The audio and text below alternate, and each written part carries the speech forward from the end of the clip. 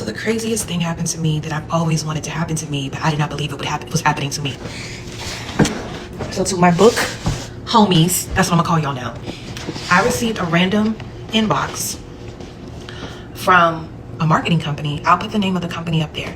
And they were like, we need people to preview Tiffany D Jackson's Blood and Water. I met Tiffany twice. The first time when Paige Turner's Early Learners had a conference in Atlanta, this is almost 2-3 years ago, maybe 4 years ago.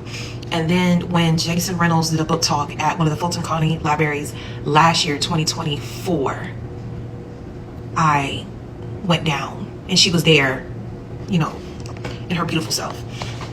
Tiffany D Jackson has never written a book that I was just like, throw this in the trash. She was always written a book that I want to email her personally and said, why did you do that to us? Like allegedly, for those of you who allegedly, Monday's not coming. You're like, Tiffany, really? Why? My favorite one by her is The Weight of Blood. The Weight of Blood. That deserves a sequel, Tiffany. I'm gonna be honest with you, that deserves a sequel.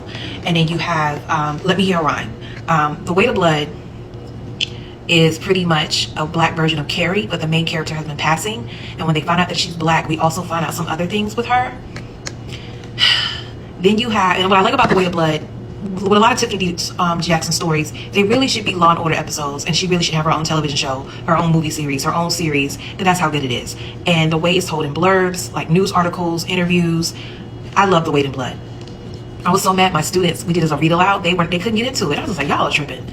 Let Me Hear a Rhyme is not as heavy, but it's heavy because someone gets killed and they're trying to find out who killed him. But they found out he had this secret rap career they didn't know about. And it's written in the 90s. As a matter of fact, the beginning of the book starts when they're watching the procession over Biggie's coffin going through Brooklyn. It's a nostalgia. I love that book. But those are my top two for her. And then from her. And then she has a Malcolm X book she wrote with Alicia, and I might be saying her name wrong. I always mispronounce it. Shabazz is Malcolm X and Betty Shabazz's, I think, youngest daughter. She did that one. So The Awakening. But pretty much they're expecting me to read this book and give. So we have a plush toy, a little sharky fishy thingy here. Ultimately, I would love to do a book box like this.